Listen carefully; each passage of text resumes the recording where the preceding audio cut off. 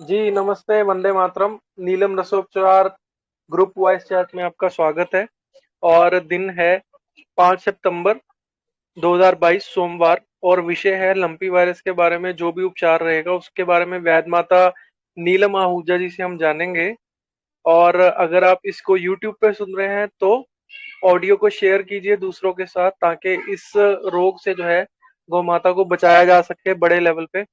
और चैनल को सब्सक्राइब जरूर करें, बेल आइकन भी दबाएं, जिससे आपको ऐसी ऑडियोज हैं और भी मिले। और इसके अलावा अ, अगर आप डिस्क्रिप्शन चेक करेंगे वहां पे एक टेलीग्राम ग्रुप का लिंक है। दो लिंक है एक्चुअली, तो वहां पर आए, अपने सवाल जवाब करें और ग्रुप की यात्रा करें, ताकि आपको और भी जानकारियां मिलें जो यूट्यूब पर नहीं है।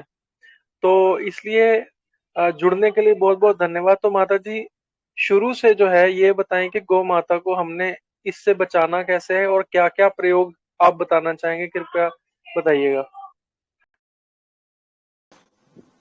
पहले तो मैं सबसे पहले ये कहूंगी कि फिटकरी को काफी मात्रा में, क्योंकि गौ माता का जिस हिसाब से साइज है 100-150 ग्राम पानी में उबाल लो। 100-150 ग्राम फिटकरी को आधा किलो पानी में उबाल लो। उसको गुनगुना होने पर पूरी गौ माता को पूरे शरीर पे लगा दो। लगाने के बाद उसको एक आध घंटा छोड़ दो। मैं समझती हूँ 10 मिनट में या 15 मिनट में पूरा शरीर उनका सूख जाएगा। फिर उसको सूखने के बाद उसको 2 बार 3 बार ऐसे या 10 बार जितना आप कर सकोगे, फिटकरी उसके अंदर से पूरा जो भी असर है बीमारी का खींच लेगी। फिर अगर आप उस पे आप एलोवेरा को पीस के उसके ऊपर लगाओगे, एलोवेरा में नींबू डालो, नमक डालो सेंधा, और मीठा सोडा डालो, फिटकरी डालो। फिटकरी तो चलो पहले लगा भी दी, नहीं तो उसमें भी डालोगे तो चलेगा।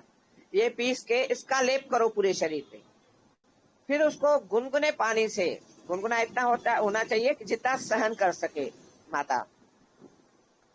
तो ये जो मैं बता रही हूँ ये हमारे शरीर के लिए भी अच्छा है, ये हर जीव के लिए अच्छा है। तो वो आप लगा के, और एलोवेरा लगा के जब छोड़ोगे ना, तो एलोवेरा तो काफी टाइम लेगा, आधा 1 घंटा की हो सकता है, 2 घंटा भी ले सूखने में। तो एलोवेरा सूखना आसान नहीं होता। तो वो सूख जाए उसके बाद आप उसको गुनगुने पानी से किसी खुरदरे कपड़े से या टाट से रगड़ रगड़ के नहलाओ। और उसको खाने में मैं एक बार ट्राई कर चुकी हूँ। जिन गौ माता के या बैल के खुर पक जाते हैं तो मैं उनको गुड़ और नीम का तेल खिलाती हूँ। तो अगर आप इनको गुड़ नीम का तेल थोड़ा सा फिटकरी भी इसमें मिला दो, खिलाओगे ना, तो खाती बहुत मुश्किल से हैं। फिर मैंने आखिर गौशाला वाले को देख के कहा इनको भाई इनको घास में मिला के दो उनके चारे में। तो ऐसे करके आप अगर उनको खिलाओगे ना बहुत अच्छा रहेगा इनको। तो और अगर 50 ml वाला इंजेक्शन लेके उनके नाक में अगर ये नीम का तेल डाल दिया 50-50 ग्राम अंदर, तो उनके सांस से जो अंदर जाएगा वो बहुत अच्छा काम करेगा। उनके जुकाम निकलेगा, बहुत जुकाम निकला तो उनका काफी रोग, और जुकाम बार बार साफ करना पड़ेगा। ये नहीं गौ माता का टपक रहा है तो उसकी सांस उलझ रही है। तो ये सब इसका ध्यान रखना है। अंदर तक थोड़ा जितना हो सके सूती कपड़े से, किसी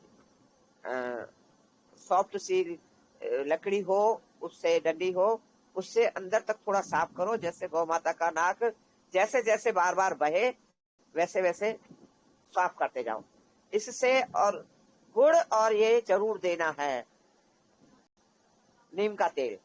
इससे आपकी गौ माता का बहुत काम अच्छा हो जाएगा। और फिर बाद में जब आप नहला दोगे ना, उसके बाद आप उसको सेंधा नमक मल दो। तो जितना भी होगा ना उसका असर सेंधा नमक फिर बाद में भी खींच लाएगा। तो आप इतना करो। नहीं, इसमें तो तेल भी तो लगाना है। हाँ, सेंधा नमक लगाओ, फिर नहलाने के बाद सेंधा नमक लगाओ। सेंधा नमक लगाने के बाद फिर नीम का तेल लगाओ। नीम का तेल लगा के छोड़ दो, वो भले 24 घंटे तक, अगले दिन तक। आप अगर 2 बार करते हो तो दूसरी बार, एक बार सवेरे कर लो, एक बार शाम को कर लो, तो और जल्दी काम होगा। तो नीम का तेल लगाओगे तो उनका अंदर से जो है ना गंदगी खींच लाएगा, क्योंकि नीम का तेल बहुत फायदे वाला होता है जख्म में, ऐसे इन चीजों में, स्किन प्रॉब्लम में। तो आप ऐसा करो। और ये अगर आप खुद अपने लिए भी करते हो, जैसे वो मंकी वायरस वगैरह आया है, उसमें भी अगर आप, जरूरी नहीं है हमें हो जाए तब हम करें, तो हम इन चीजों को पहले ही अपने साथ करेंगे तो कल होगा ही नहीं। तो आप अपने आप को प्रिकॉशन में रखो इस हिसाब से।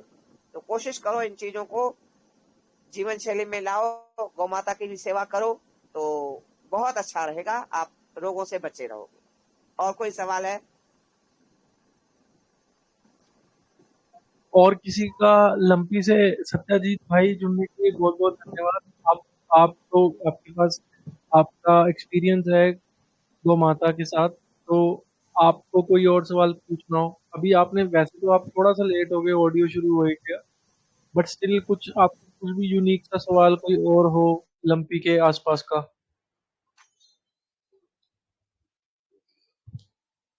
जी भैया, अ, हम ये कह रहे थे जैसे नीम के पत्ते की चटनी भी बना के लगाएंगे तो भी तो वो लाभ करेगा। बिल्कुल बिल्कुल, नीम की चटनी बनाओ, उसमें फिटकरी डालो और सोने पे सुहागा होगा। क्योंकि हमें नीम का तेल लगाओगे तो भी नीम का असर आ गया, नीम की फिटकरी के साथ चटनी बना के लगाओगे वो भी तो हमें इन्हीं चीजों पे आना है। और जितना हम और दवाइयों से बचेंगे, और जो फीड के नाम से कई चीजें आ रही है, कुत्तों को दे रहे हैं हम, जो हम घर में कुत्ते जो भी पालते हो आप, कोई भी हैं, उनको दे रहे हैं या गौ माता को दे रहे हैं, उनमें कुछ ऐसा मिलाया जा रहा है कि हमारे हर जीव को नुकसान पहुंचा जा रहा है। तो आप कोशिश करें उन चीजों से बच के अपने देसी धड़ल्ले पे आ जाएं, धरातल पे आ जाएं, तो मैं समझती हूँ बीमारियों से बचे रहेंगे, और जो हो भी गई हैं तो उनसे भी बच जाएंगे, बचाव होगा। और भी किसी का कुछ हो तो बता दीजिए। मात्रा कितनी रहेगी इन दोनों चीजों की, मतलब अगर एक टाइम पे बना रहे हैं तो? तो मैंने तो बोला ना, उनका शरीर बड़ा है, तो नीम के पत्ते कम से कम 1 किलो तो लगेंगे, और इसमें करीब 100 ग्राम फिटकरी भी लगेगी। इसकी चटनी बना लो और लगाओ, लगा के छोड़ दो 1 आध घंटा। और आँख, नीम का तेल बिल्कुल लास्ट में लगाना है, कि उसके बाद उसको 2 4 6 घंटे या 20 घंटे उसको छोड़ देना है। अगर दो बार करना है दिन में, है, तो कम से कम 7 8 घंटे का गैप आ जाएगा, है। और एक बार करना है तो 20 22 घंटे का गैप आ जाएगा। तो ऐसे 2 बार करोगे तो और ज्यादा फायदा होगा, जल्दी फायदा होगा। ये अपने ऊपर है, आप कितना कर सकते हो। आखिरी में बाकी नीम का तेल लगाना है। ये सब पहले के प्रोसेस है।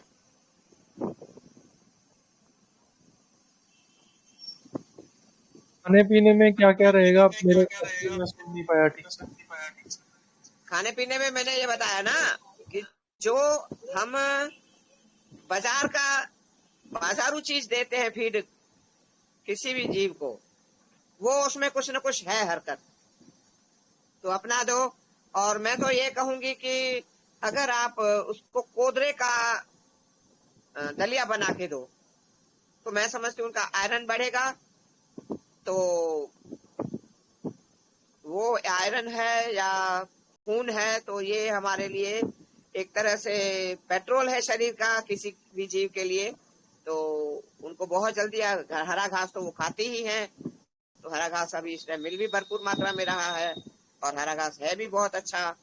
तो हरे घास में उसको कोशिश करो डुबा दो, और वाले घास न दे के डुबा दो, तो दूबा उनको जल्दी ठीक करेगा। और कोई हम लोगों की प्रखर तरफ तो जी माता जी, ये हम लोगों की तरफ तो गेहूं का भूसा ही होता है, ज्यादातर गाय को वही दिया जाता है, नहीं तो हरा चारा देते हैं। तो गेहूं का भूसा भी अच्छा है। आप हैं कहाँ से, पहली बात तो? जी बिहार से है, मुजफ्फरपुर। तो वहां पर कोई और अनाज नहीं उगाते, जैसे गेहूं के साथ अगर आप ज्वार बाजरा उगाते हो, ज्वार उगाते हो, हैं, या मकई उगाते हो, उसका भी तो वेस्ट बनता है। चाहे इधर गेहूं का मक्का, भूसा। मक्का हाँ, धान और गेहूं तीन ही चीज होता है। मक्का धान और गेहूं। तो मक्के जी। का भी है। और थोड़ा ना बदलाव था, क्योंकि जो अ, बाजरे का कोदरे का मैंने बताया ना, वो बहुत अच्छी चीज है। आज के समय में जो हमारा हिसाब किताब बिगड़ चुका है या बिगाड़ दिया गया है, उसके लिए कोदरा तो बहुत अच्छा है। और हरा चारा क्यों नहीं मिलता आपके यहाँ? हरा चारा मिलता है। तो हरा उसको दूबा खिलाइए। दूबा बहुत अच्छी है। दूबा तो मैं कहती हूँ आप भी जूस निकाल के पीजिए, बीमारियों से बचे रहेंगे। उससे आपका आयरन बढ़ेगा, खून बढ़ेगा। तो आप अगर दूबा में गौ माता को थोड़ा शहद मिला के देते हैं, फिर तो क्या कहने।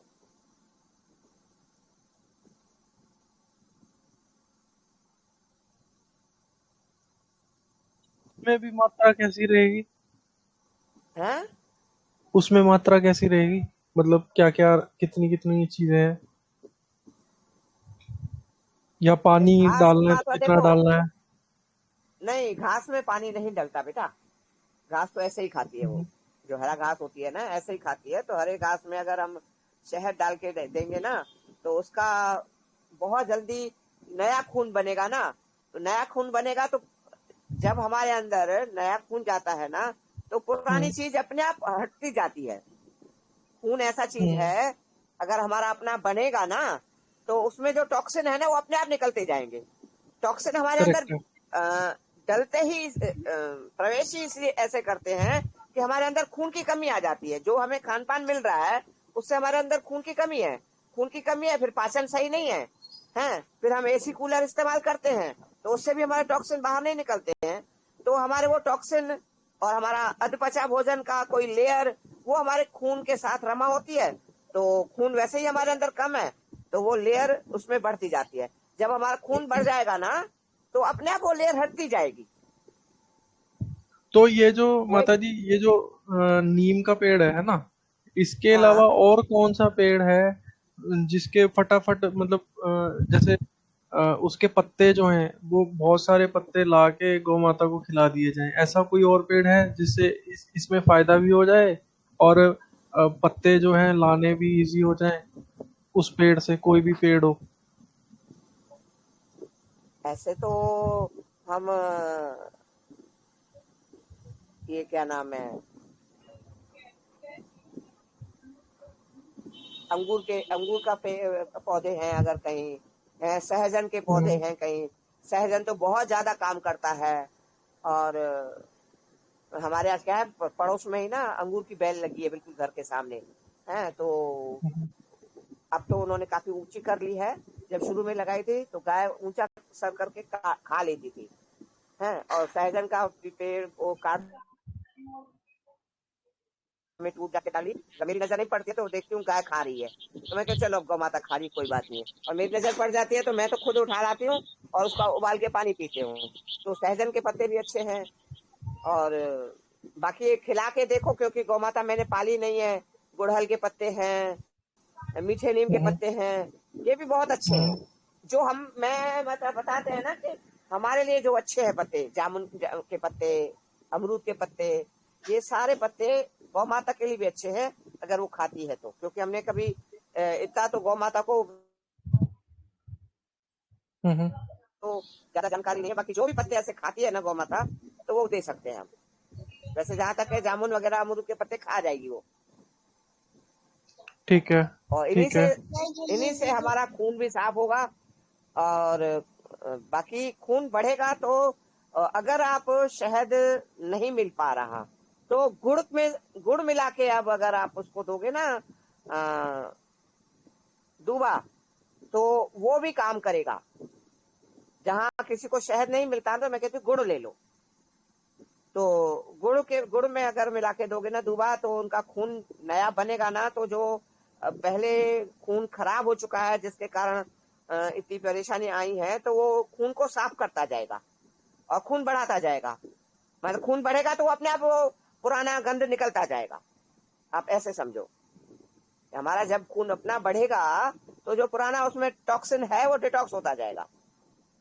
तो हरदम हमें भी खून बढ़ाने वाली चीजें लेनी चाहिए, वो डिटॉक्स अपने आप होता जाएगा।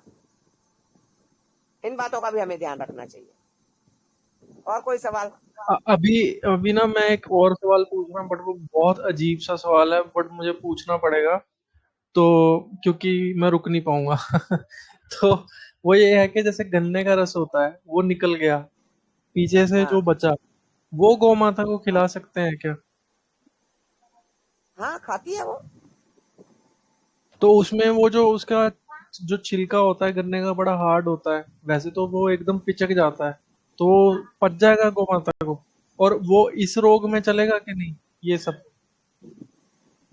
भाई देखो, मैंने गौ माता को खाते हुए देखा है, और एक तरह से ये फाइबर है। बात को समझे? क्योंकि आजकल गौ माता हमारी बेचारी पॉलीथीन भी बहुत खा रही है, तो हो सकता है वो फाइबर पॉलीथीन को भी लपेट के निकाल ले। ये मेरा हाल की हाल दिमाग में आ रहा है बात। हाँ जी, हाँ जी, हाँ जी। ये कोई मैंने सोचा समझा या कहीं पढ़ा लिखा नहीं है, ये मेरे को ऐसा लगा इतना हार्ड फाइबर अगर वो खा जाती है तो उसका उस फाइबर के साथ हो सकता है पॉलीथीन भी बाहर आ जाए। पर चिकनाई देनी है, चिकनाई होगी तभी सरकेगा। तो उसके लिए उनको वैसे सरसों का तेल पिलाया जाता है गौ माता को, तो अलसी का तेल भी पिलाते हैं। तो नीम का तेल साथ में रखेंगे तो वो जल्दी डिटॉक्स करेगा। वो ऊपर से वो वायरस के लिए भी काम कर जाएगा, है ना? हाँ हाँ, ये हम देखो, ये तो चलो अभी ये वायरस है, एक दिन तो आएगा हमारी गौ माता इन साजिशों से निकल पाएगी। सारी दुनिया जो आज फंसी हुई है साजिशों में है, मगर ये चीजें हम अगर अपने साथ रखते रहेंगे ना जीवन में, ये जो चीजें बता रही हूँ ना, ये नहीं समझना केवल गौ माता के लिए है, इनमें से सारी चीजें लगभग हमारे लिए भी अच्छी है। क्योंकि हम, चलो हम ठीक है गन्ने वाला फाइबर नहीं खा पाएंगे, हम और कोई फाइबर तो खा पाएंगे ना, जैसे मैंने बताया था गेहूं का चौकर है। तो हमें इन चीजों पे आना है कि हमें फाइबर हो तो हमारा अंदर से कटे, हमें चिकनाई हो तो हमारा अंदर से कटे जो भी अनाज जमा हो चुका है। तो इन बातों को मैन ध्यान रखना है। और कुछ? नमस्ते माता जी। नमस्कार नमस्कार। हाँ माता जी, मैं मेरा सवाल ये था कि अभी जो रोग आया है, मतलब जो गौ माता को गया वो तो ठीक है, लेकिन जिन गौ माता को अभी वो मतलब वायरस नहीं है, तो उनको मतलब क्या करना चाहिए कि भविष्य में उनको ना हो, इसलिए ये अभी। सब मैं ये बताती ही हूँ कि अगर समझदारी इसी में है, हम रोगी ना हो पहले से ही उसको ऐसे संभाले कि रोग हो ही ना। तो ये सब जो बताया है ना, तो ये दो तो जो अगर कोई मौका देखो, अभी कुछ कुछ एरिया में पहुंची है वो, तो हो सकता है जिस एरिया में नहीं पहुंची है वो परेशानी है, तो पहुंचाए वो लोग। ये एरिया वाइज कर रहे हैं या अगर कुछ भी कर रहे हैं, तो समझदारी इसी में है कि हम इस चीज को पहले ही गौ माता को दे दें, तो आने वाली डिसीज से बच जाएगी। जी जी, मेरे पास अभी 3 गौ माता है, तो मैं अभी उनको ये कर देता हूँ। हाँ, करके फिर मेरे को रिजल्ट बताना कि जी मैं इस ऑडियो के उनके ना सेहत में, उनकी एनर्जी में। इस ऑडियो को मैं कल ही डाल हाँ दूंगा, और कल कल के अंदर अंदर मैं इस ऑडियो को डाल के शेयर कर दूंगा, तो आप ये हाँ हाँ करके बताना फिर भैया, ठीक जी है। जी जी। है, तो मैं ये और बताऊंगी। मैं जाने क्या बता रही थी,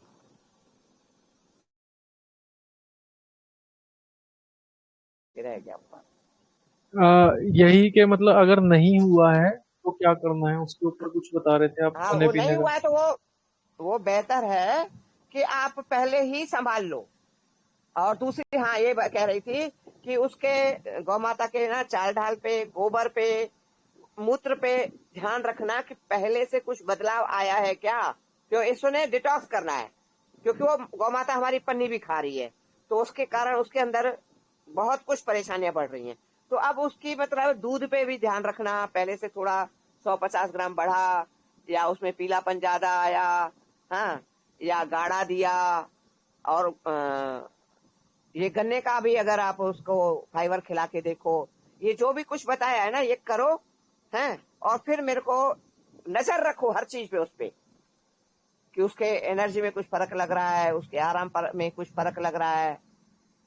जो भी है, देखो, मैंने गौ माता पाली नहीं है, नमन है मेरा, बहुत तरसती हूँ कि मेरा कोई रास्ता निकले, मैं गौ माता को, ओ, गौ माता को हम क्या पालेंगे, वो हमें पालेगी, हैं।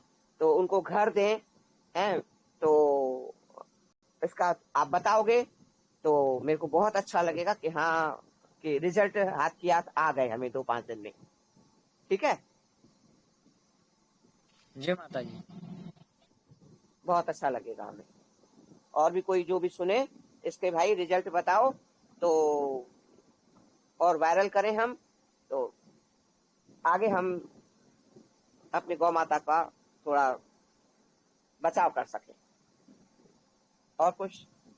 जी सत्यजीत भाई, आपका कोई या अभी जो जो भैया ने पूछा और कुछ नहीं है तो बताइए, फिर मैं इसको जो है क्लोज कर दूंगा ऑडियो। फिर भी अगर मन में कोने में कहीं भी सवाल है तो पूछ लीजिए, क्योंकि फिर हम इसको टाल पाएंगे। बोलिए भैया। ये करंज का पेड़ जो होता है माता जी, कौन सा तेल? करंज का जो पेड़, करंज करंज का पेड़ होता है, जैसे नीम के जैसा ही वो भी कड़वा होता है। हाँ हाँ हाँ जी, तो उसका भी प्रयोग नीम की जगह हो सकता है। हाँ हाँ, करंज का भी कर सकते हैं। पर अगर करंज का तेल जकर मालिश में करोगे ना, जी तो जी वो ज्यादा बेहतर रहेगा। जी, अभी मैंने निकलवाया भी था करंज का तेल। अच्छा, जी एक काम करना आप, कोई भी करंज का पेड़ का यूट्यूब पे चैनल, यूट्यूब पे लिंक निकाल के भेज देना। जी जी जी है, तो फिर क्या है, थोड़ा रिवाइज हो जाएगा मेरा। तो करंज का तेल जोड़ों के दर्द में जबरदस्त काम करता है, वो तो जी माता लोग, जी। इंसान भी लगा सकते हैं। और एक ये भाट का पेड़ होता है, काय का? भाट का पेड़ होता है छोटा छोटा, और उसका दातून भी करते हैं, वो काफी कड़वा होता है, और पेट में कीड़ा वगैरह होता है तो बोलते हैं खाने के लिए। वो उसको और भी कुछ बोलते हैं, ध्यान नहीं आ रहा। और उसका छोटा फल गोल छोटा गोल पेड़ होता होता है। हाँ, पेड़ है छोटा होता है पर उसका फल गोल होता है, टिंडे जैसा, पकने के बाद जी पीला हो जी जाता है। हाँ जी हाँ हाँ हाँ हाँ, नाम नहीं याद आ रहा है मेरे को। हाँ, ये बहुत अच्छा रहता है, ये तो खून ऐसे साफ करता है जैसे कोई दुश्मन के पीछे पड़ गया हो। जी। बहुत अच्छा काम करता है ये। इसका तेल बनाया कभी? नहीं नहीं, इसका नहीं करूँगा। इसका तेल भी बनाओ, इसके बीज अगर कर सकते हो, इसका तेल बनाओ, मैं भी ले लूंगी। जी जी। नाम ही याद नहीं आ रहा। ये राजस्थान में होता है। ये हम लोग की तरफ भी है बहुत। कहाँ? हम बिहार से हैं। बिहार से। बिहार में तो मैंने नहीं सुना, मैंने राजस्थान में जरूर सुना है। जी। इस पे पहले तो धारियां भी होती हैं। इसका फोटो में नहीं होगा तो भेजेंगे। ठीक है, भेज देना। जी। नाम याद नहीं आ रहा, नहीं तो मेरे को तो नाम मुंह में नहीं आ रहा। चलो, और किसी का एक कोई सवाल? एक और सवाल है कि आपके हिसाब से गौ माता को धूप में कितनी देर रखना चाहिए, छांव में कितनी देर रखना चाहिए, अगर ऐसा होता है? भाई देखो, उसको कोशिश करो धूप में ही रखो। ये बहुत अच्छा सवाल पूछा। अगर उससे धूप सहन नहीं होगी तो अपने आप वो छाया में उठ के चली जाएगी। ये उसके अपने आप जो वो खुद करेगी ना, हम नहीं कर पाएंगे। हमने जो इनको बांध के रखा है ना छायाओं में, वो प्राकृतिक प्रेम करती है प्रकृति से, तो वो बांध के रखना भी उचित नहीं है। ठीक है, हमें सर्दी गर्मी बरसात से बचाना है, मगर वो खुद आए, उसको बाहर छोड़ दो, खुद आए वो अंदर। क्योंकि जो टॉक्सिन निकलने हैं ना, उसके भी पसीने से ही काफी ज्यादा निकलने हैं। और ये प्रक्रिया करते टाइम तो उसको घंटे 2 घंटे जितना लगेगा इसको 2-3 ये प्रक्रिया करने के लिए, है उतना टाइम तो उसको धूप में ही रखना है। जब अच्छी जी तरह से सब जी। पानी से नहलाने के बाद जब उसको कड़वा नीम का तेल लगा देंगे या करंज का तेल लगा देंगे, उसके बाद इसको छोड़ दो। अब वो अंदर बैठती है छाया में या बाहर बैठती है धूप में, वो उसकी मर्जी है। उसका जैसा शरीर चाहेगा वो अपने आप कर लेगा। और जो पीने वाला पानी है उसमें कुछ ऐसा डाल सकते हैं कि उनको पता भी ना चले और वो पी भी ले और इलाज भी हो साथ साथ? वो कैल्शियम वाटर डालना है, नहीं पता पड़ेगा। समझ गए, समझ गए। उसका तो ये थोड़ा तो सा हम प्रयोग कैल्शियम बताना वाटर चाहो, बता दो यहीं पे कि मतलब कोई को, किसान सुने तो वो कर सके। कैल्शियम वाटर तो हम उसको अगर रोज भी देना तो भी चलेगा, थोड़ी थोड़ी मात्रा में, तो वो ज्यादा बेहतर रहेगा। जो कुछ लोग कह रहे हैं ना, हम टंकी में चूना लगा देते हैं, तो वो तो फिर वो पानी में बह भी जाएगा। क्योंकि जो टंकियां ये किसानों के पास होती हैं गौशालाओं में, कई जगह तो पानी चलता रहता है तो चलता रहता है, तो वो बह गया। तो ऐसे कैल्शियम वाटर हम उसके जो हौद होते हैं उसमें डाल देंगे ना, तो किसी हौद में कैल्शियम वाटर डाल के रखो, किसी में सादा रखो। वो गौ माता अपने आप जितना उसको पसंद आएगा ना, वो वाला पानी पी लेगी, नहीं तो सादा पी लेगी। क्योंकि वो, ये ध्यान रखना, हम क्या सोचते हैं, अरे पशु है क्या समझेगा, हमसे ज्यादा समझदार है पशु कोई भी हो। और गौ माता के लिए तो हम पशु कहना भी नहीं चाहिए, है पर जो हमारी एक अल्प बुद्धि है, हम सोचते हैं अरे तो 2 महीने का बच्चा क्या समझेगा, अरे तो पेट में है बच्चा क्या समझेगा। अभिमन्यु ने पेट में ही तो ग्रहण की थी चक्रव्यूह की रचना का।